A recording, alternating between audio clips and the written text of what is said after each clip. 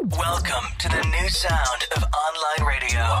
Welcome to the sound of Universal Broadcasting Network. 'Cause you make me feel like I've been locked out of heaven. A mix of today's hits and hard-to-find favorites, combined with the most entertaining and intriguing talk anywhere. This is your sound. This is the sound of Universal Broadcasting Network at UBNradio.com. Stay that way because I like it like that.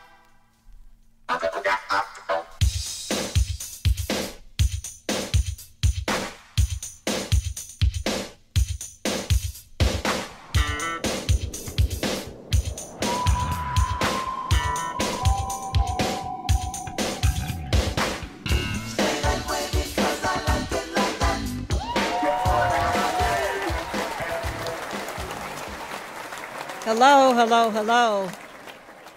Welcome to the Larry Yates' Is Show. We're so happy to have you here today, joining us from near and far.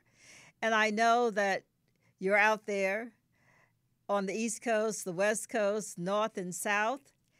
And my greetings from Larry Yates, who is traveling again. This is Reverend Carolyn Wilkins, and it is my pleasure to host the program today.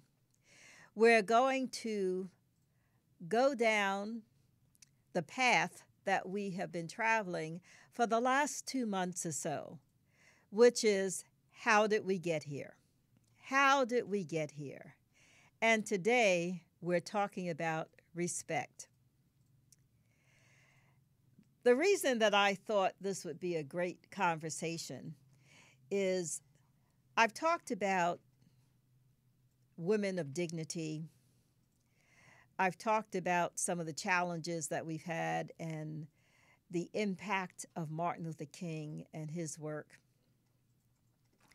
And underlying a lot of the problems that we have today, I believe, is a lack of respect, dignity, values, and character training. And when I look at this idea about respect, the concept of respect, the word respect, it is something that was really taught to me on a continuous basis as I grew up. My parents told me, first of all, you have to respect them. We had to respect our elders. We had to respect our grandparents. We had to respect our teachers. We were told to respect police officers, people who were responsible for us. Listen to what the crossing guard said as they stood in the middle of the street. Respect was a word and a concept that was part of our everyday conversation. Since 45 has taken office, many of us have dropped our jaws in true shock, really, of what he has shared and what is going on. And there is such a lack of demeanor, a lack of authority, a lack of a sense of respect and honor and dignity, that when bombarded with this, I think we have to stop, take a breath, and step back. How did we get here? How did we get to a place where it was okay to talk about women in the way we're talking about women? When did it get to be okay to be disrespectful, that our children are disrespectful to their parents?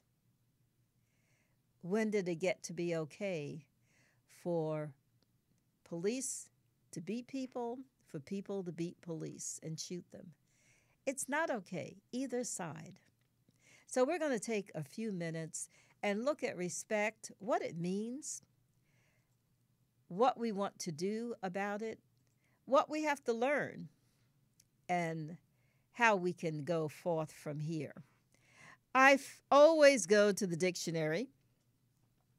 We used to go to the encyclopedia, but those are too big to lug around. So we can go online and look at the dictionary. And there are a couple of wonderful definitions of respect.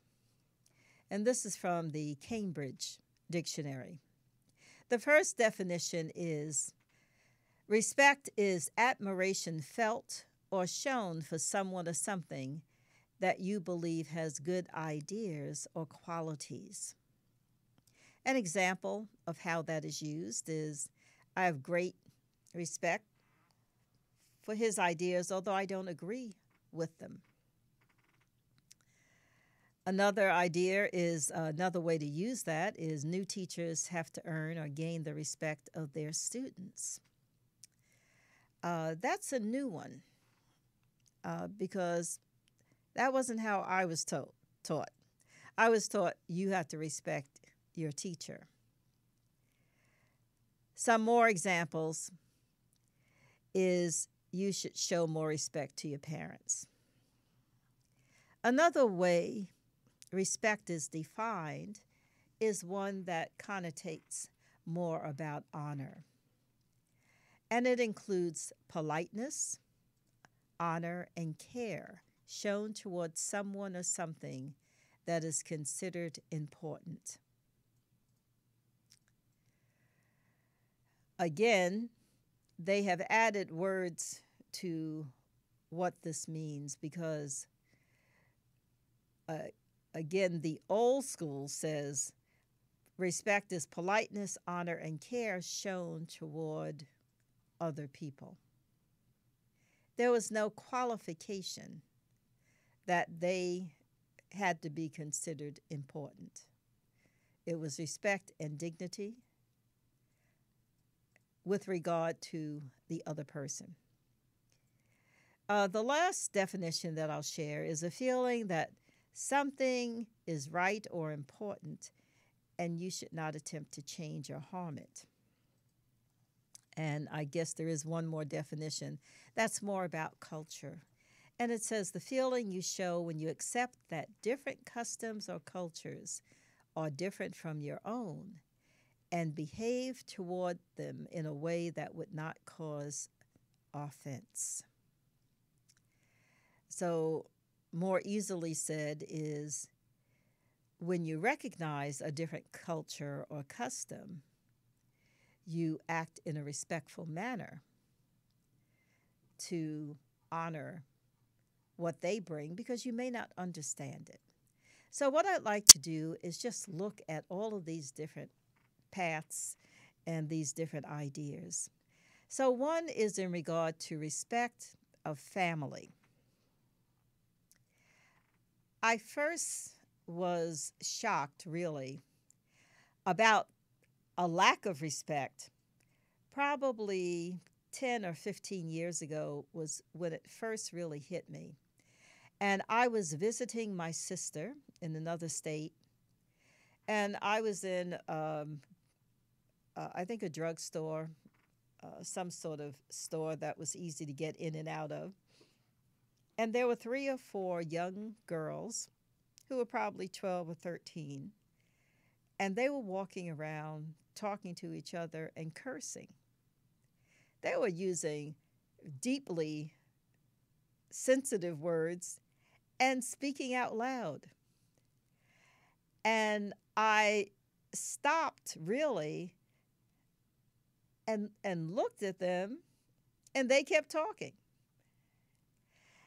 And I think I found that so shocking because when I was young, and that's been a while, even though my friends and I may have been playing around, being silly, pushing each other, doing whatever we wanted to do, if an adult came near us and we were doing something that our parents would have considered inappropriate, we would straighten up right on the spot.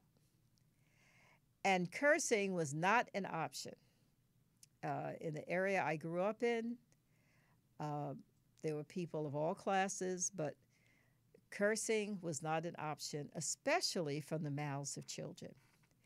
So when I heard these young ladies, I was surprised, number one, at the language, but secondly, I was also surprised that they didn't have a sense of respect for other people in the store, that they thought everybody should hear what they talked about. And it made me think about what is going on with our young people. And my sister's daughter was about that age, so I actually had a conversation with her about what was going on, about language, what did she say, and she just laughed and said, yeah, well, we kind of talk like that, but we don't talk like that in school, and of course we don't talk like that in church. And I asked about, well, what do you think when you're with somebody older? And she was like, oh, well, you're not that old, so it's, it wouldn't matter for you. Of course, I appreciated them feeling like I wasn't that old, but I was older than them by easily 20 or 30 years, and I still didn't get why they thought it was appropriate. But we'll move on from that experience. But that was one that really shook me a bit. The second experience is when I watch families and children screaming at their parents in stores. I know you've all had the experience. And I'm not talking about children who are having outbursts or fits, or they want something and they're yelling that they want something. I'm talking about children actually yelling at their parents. Don't tell me what to do. Who said, I don't want to do that? I'm not going now. I don't have to. I'm going to call daddy or mommy. And young people actually talking back to their parents of what they're going to do and not do. Again, this is a cross-generational conversation. And I really laugh as I'm having this conversation because as a child and as an adult, through my entire life, I don't think I ever yelled back at my mother because she was very clear that that was not acceptable. So how did we get to a point that it's acceptable for young people to yell, scream, and demean their parents? I've watched some shows, Dr. Phil, some of the reality shows, and they address this. In fact, there was someone that was on a news program today that I was shocked about, but they lived in the hills of California, in Southern California, and apparently the young girl was being quite spoiled by her mother. And the mother had a good deal of money, was single, raising the child. But this 16-year-old was getting an allowance of $5,000 a month. $5,000 spending money. And she demanded of her mother, she already had a car, but she wanted to get a very expensive car that cost $230,000. And she insisted on getting this for her birthday. And her mother decided enough was enough. And she realized that her daughter was spoiled and entitled. And she said, I'm going to shift what we're doing. And what she wound up doing was cutting her spending from $5,000 a month to $1,000 a month. Now, I know some of you are still going, what are you talking about? This is a true story. You'll probably see it on the news this afternoon. But the young lady is very upset with her mother. She said she's having to live like a pauper to have only $1,000 spending money. Now, what's so interesting is, of course, since she's underage, her home is being paid for. Her food is being paid for. This is for her to go shopping and buy incidentals, $1,000 a month. How did we get here? How did we get to a point that a young girl is so privileged that she can demand a car that costs over $200,000 and be angry because her parents say no? Think about it. Another thing that has caught my attention is some of the judge shows. I know some of you watch them, Judge Judy, Judge Mathis. There are a whole slew of them. And I find I'm intrigued by some of those shows.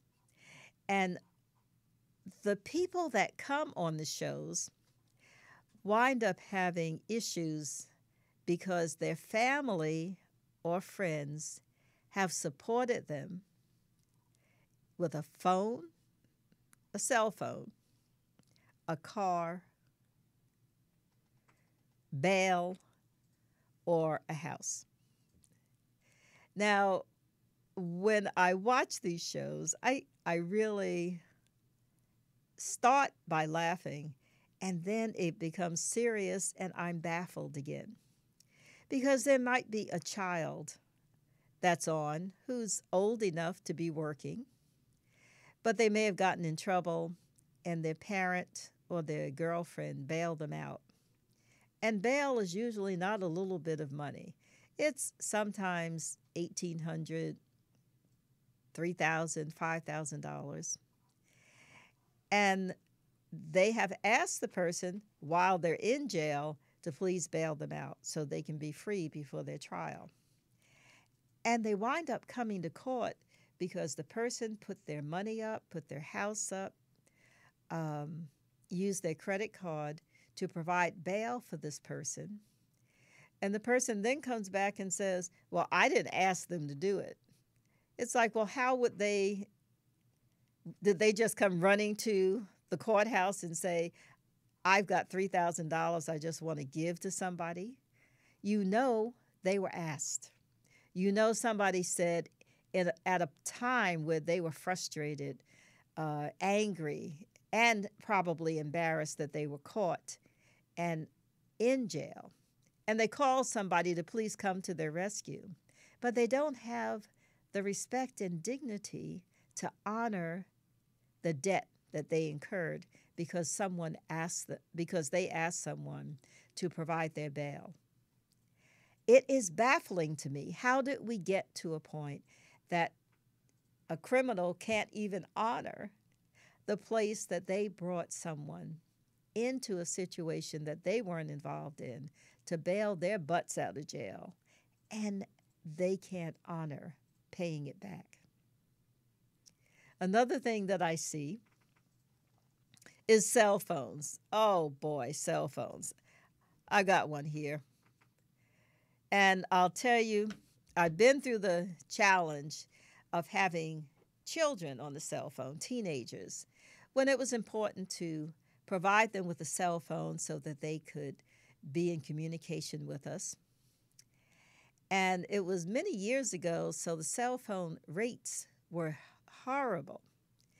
And there were times that the cell phone bill was $300, $400, and $500 because they were charging for overruns of texting and if you bought games. And somehow, young people, the brain matter in their ears wound up totally disappearing when we got to talk about telephones. Because the conversation would be every month, and I know you mothers and fathers have had this conversation where you say, now I want you to have a phone, but I can't afford to keep paying if you go over the limit. We're willing to pay like $100, $150 a month, but not $300, $400, and $500. So the next time you go over, I'm going to take the phone away. And of course, you take the phone away for a week or so, and then they say, well, I can't be in touch, and you can't contact them, so you give them the phone back. A vicious cycle. And we have gone through that But what I also see on these court shows is when people will put somebody else on the plan. And it's usually because the person doesn't have good credit. They're a friend, they're a coworker, and they say, well, I can't get a phone. You know, it'd be great if I'm in touch with you so we can go out, but can't get a phone. So the person, in being magnanimous, will put them on their plan, and then the person doesn't pay on time. So that the one that has good credit starts losing their credit rating because the person isn't paying the way they're supposed to. It's really backwards logic of why someone would say, I need your help. I'd like to have a phone.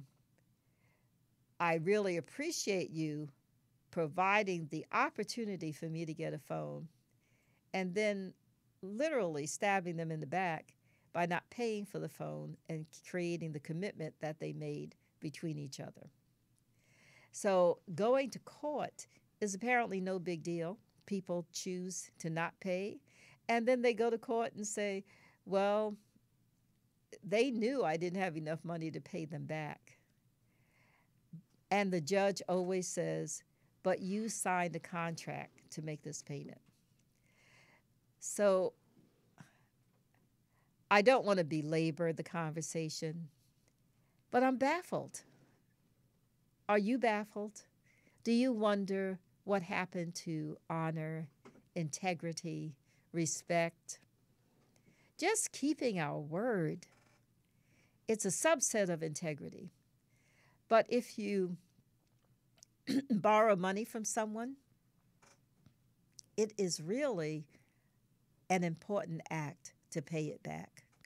So while we go to break in a second, I'd like you to think about places that you have been out of integrity, that you have been perhaps what is considered disrespectful, and we'll come back and have that discussion. So we're going to take a short break. Like a fire of transformation. This is our praying out song, Mark. You like this song? Through my core. Mark, you like that? Shining in the darkness, I can see the light ablaze. And this new territory is my strength, it is my way.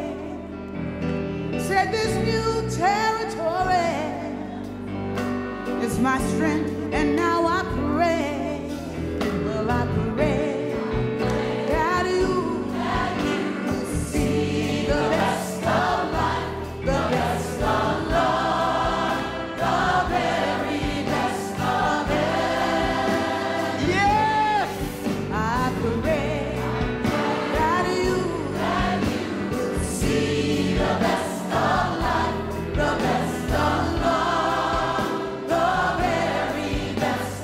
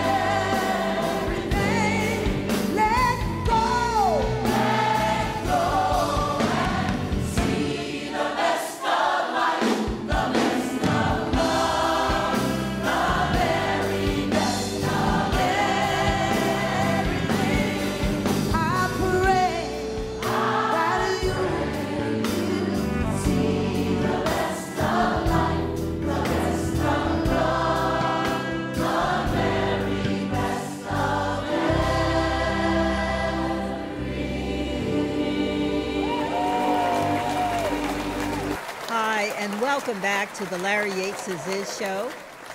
We are talking about respect, RESPECT.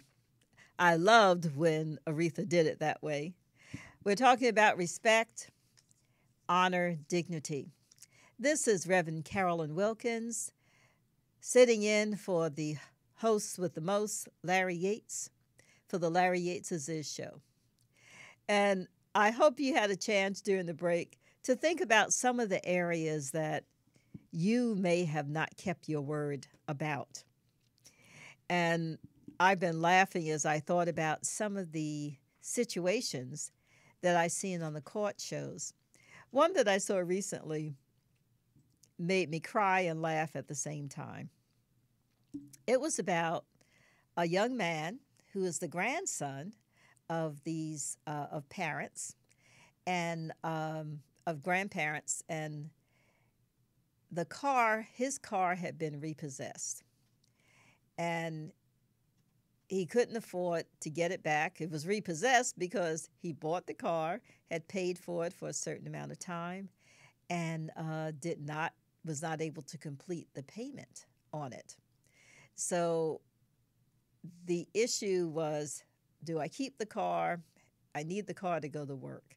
So the grandparents, in their benevolency, said, we'll loan you the money. And they loaned him like $4,000 to get the car out. And of course, if you've ever gone through repossessed cars, which we have people in the family who've had that experience, and it means that you not only have to pay for the tickets that were on the car or whatever they took the car for, but the towing, the penalties, and the time the car was in the lot.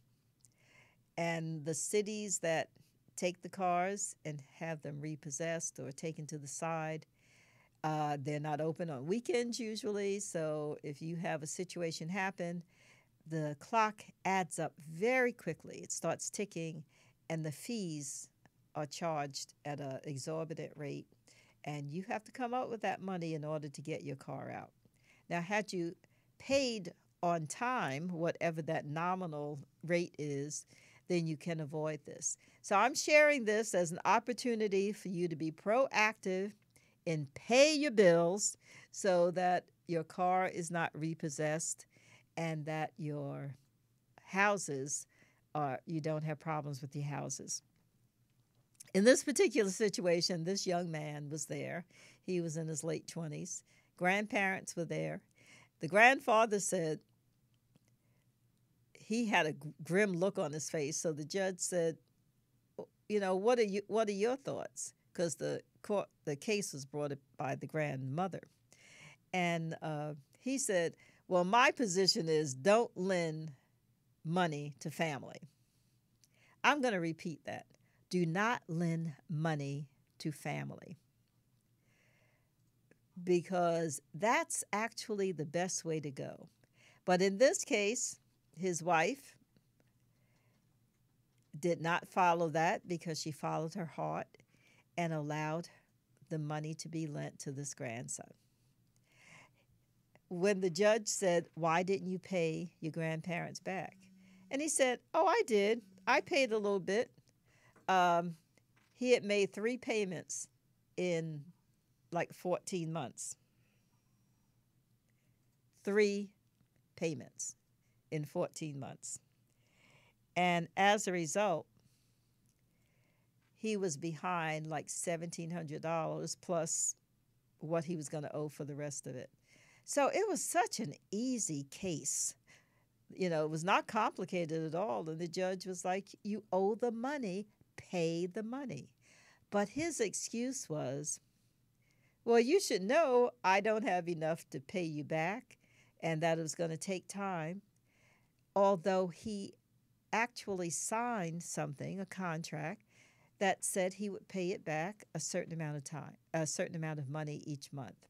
And he had done it for 3 months but did not keep up. Again, it's a question of, what are you thinking?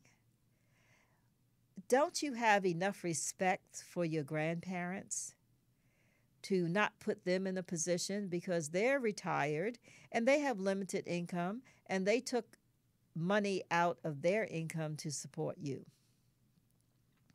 But his thinking, I believe, was they have more than me and they can afford to lose it. But I think part of it is not understanding the cost of living, the cost of being in this world. And things are changing day by day.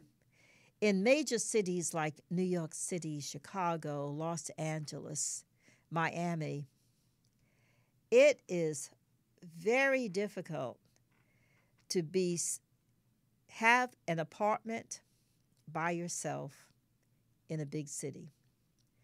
Rents are going up in places so that people who are making a regular salary, who have a decent job, but it's not a mid-level management job or a high-tech job, are making minimum wage or a little bit more. And if you make minimum wage in these cities, you are not able to afford most apartments. Most people are being put out of their homes or apartments because they can't afford to live there. And it's a challenging situation we have, that people who work hard don't have places to stay. There's not enough affordable housing in most places. But what I also see that is a part of this challenge we're running into is young people are not paying attention to what it does cost to live, and they rather spend the money on a new cell phone, new sneakers, new outfit, than to pay their rent. And so the priorities are off. The understanding about how to keep commitments, to respect the contracts you sign, to be responsible. That's another word that we may have to do. Respect is one word, responsibility is another. And maybe that's another conversation. But when we do not have respect for each other, for ourselves, we have to start with ourselves. Then it winds up being a challenge with how we interact with people. So I'm going to move from that particular example because I can go on and on about the judge shows, from repossessed cars to borrowing money to people not doing what they're supposed to do in a contract, taking a car to be fixed and having the car not fixed the way you want, or bringing an old car to have it fixed and then it doesn't work and you blame the repair person for messing up your car when it's 15 years old with 200,000 miles on it. What do you expect? That something else might go wrong that has nothing to do with the person who's repairing the car. But I also understand that if the car will last that long, you want to get every ounce, every mile on that tire that you can get before having to junk it. Let's move on with this idea of respect. I'm going to go to two more examples, and then we're going to look at solutions. Respect in driving. Again, we're in a big city, and coming across town or any place in a city like Los Angeles really takes a lot of patience. It takes time for people to breathe in between. I encourage you all to give yourselves time to get wherever you have to go, because during certain times of the day, it takes a lot longer. And what I find in driving is that there's a definite lack of respect in courtesy in driving with each other. If there are two lanes, you have a turning signal.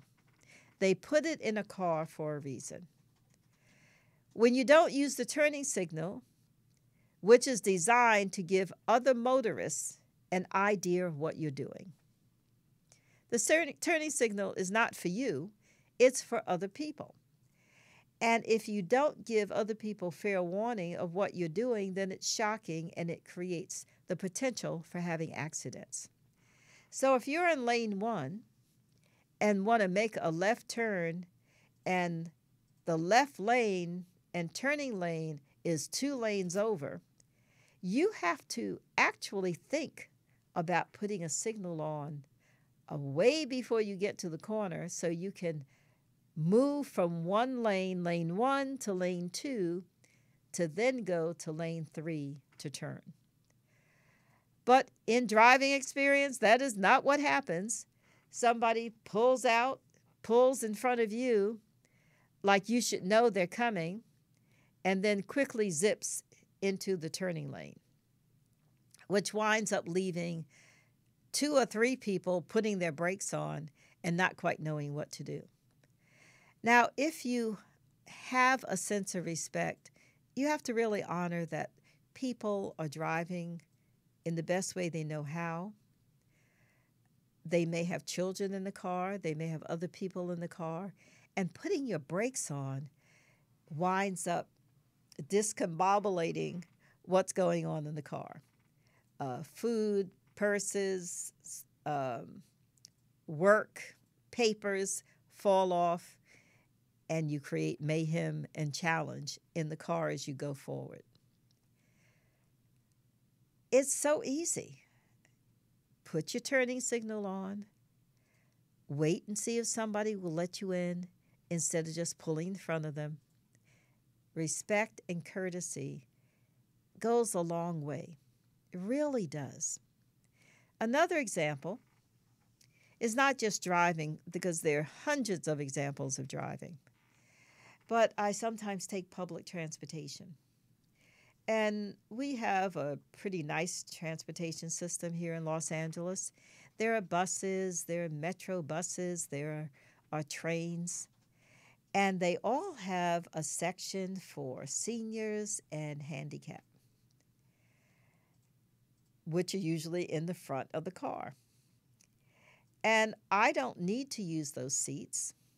I can walk to the back, but there's some people who do need the seats. There are people who get on the bus who are in wheelchairs, who have walkers. And I often see people who are healthy, sometimes very young, high school students who are going to school, and I know they're riding the bus, but they sit in those seats. And when people get on who need the seats, they don't move.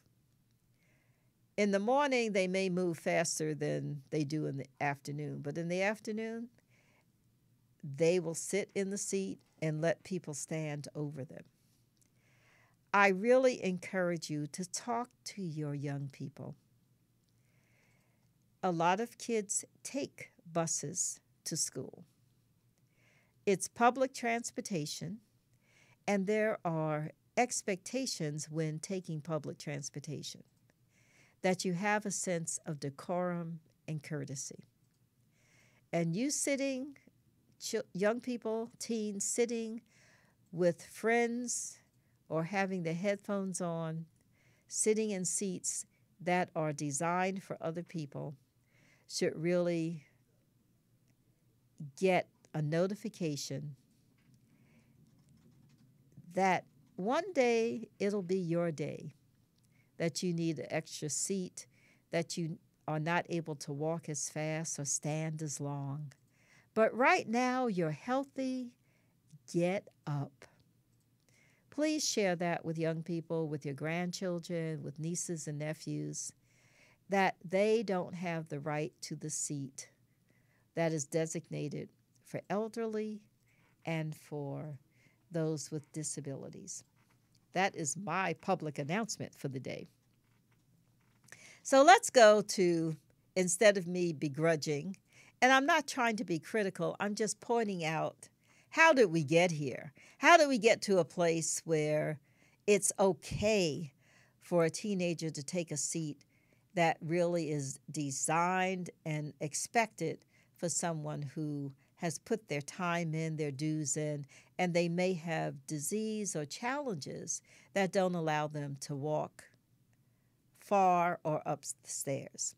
So this is just common sense, courtesy and common sense. So I'd like to go to a couple of slides that have some ideas about what we can do. What are some of the expectations and the ways that we want to operate in the world? One is that's on the screen now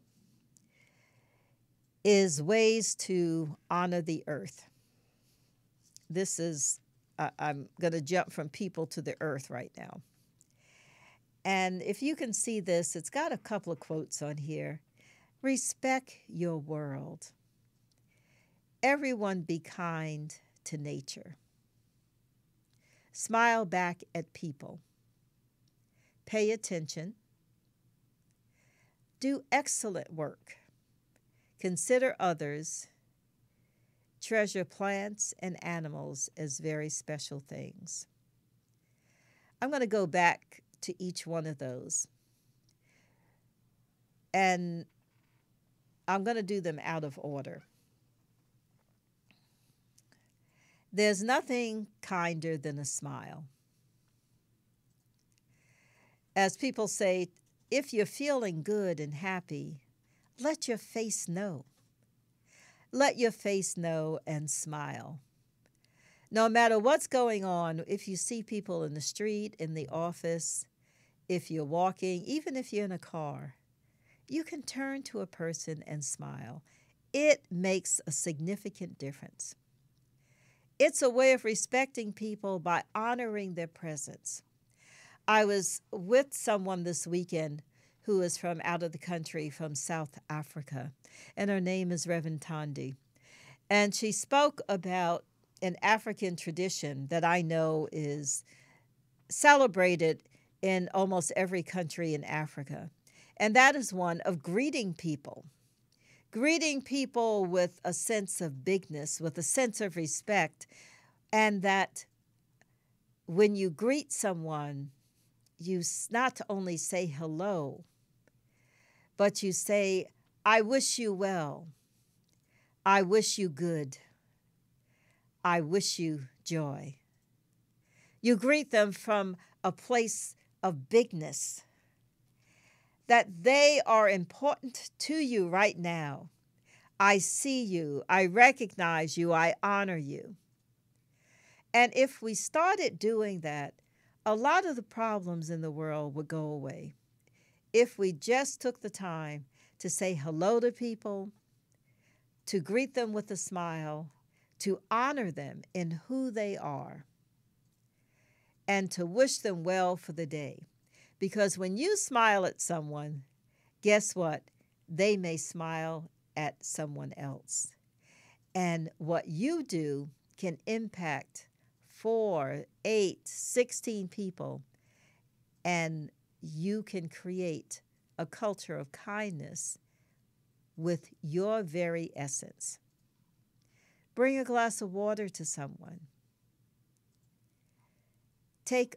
If you have bottled water, bring 2 bottles with you.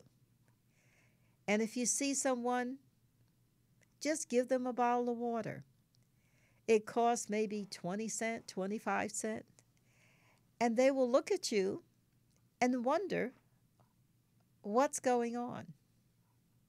This is also something you can do for the homeless. We have an over segment of our population who are homeless, who cannot afford housing. And I encourage you to take a bottle of water or socks with you, because people aren't always able to change or wash, and to respect the dignity of who they are, to give them something to drink, is a powerful way to be in this world. Some of the other things that are on the saying is to respect nature. Nature is cooperative in our very living, in our very life. We breathe because the trees give off oxygen and CO2. We breathe and we have our own ability to live because we are in cooperation with the earth. So don't throw your garbage at the foot of the trees, because your garbage becomes compost, which affects and degrades the roots. So when you throw things out, throw them in a disposable way that they can be recycled or taken directly into garbage. Treat your earth with dignity. If you have trees on your land, trim your trees, water your trees, treat them with dignity and respect. Another way of just honoring nature is to make sure that you do not throw things into the water. If you're near an ocean, a lake, or inland, keep the water pure. Do not let children or adults throw beer bottles, soda bottles, water bottles into waterways. Your trash that you brought, take it back home. Or most state parks and facilities and city facilities always provide bins and places for you to put your trash. Take responsibility and honor the earth and the land and the parks by doing your part. Teach your children to pick up after themselves and take your trash and put it away. And honor each other. Honor the earth, honor co-workers, honor the people that you are around. Show respect for those who have gone before you. Treat your elders with respect, and elders treat children with respect, but also help to teach them how they need to be in the world so that they are walking with honor, dignity, and a sense of rightness in who they are. So I'm going to bring this program to a close. You see, there was something written up here which is about loving each other, treating each other with dignity and compassion. And I want to leave with the idea of love and respect. They go together. They are partners. And if you act from a place of love, you'll wind up respecting people. If you act from a place of respect, you'll open your heart to loving others. I hope you enjoyed this segment. We talked about how did we get here, respect. And I hope we talked about ways of elevating our way in the world so that we operate from the dignity, the respect, the honor, the culture, the values that we all have held sacred. This is Reverend Carolyn, Rev C, signing off. This is the Larry Yates Is Show. We wish you well. We wish you peace and love.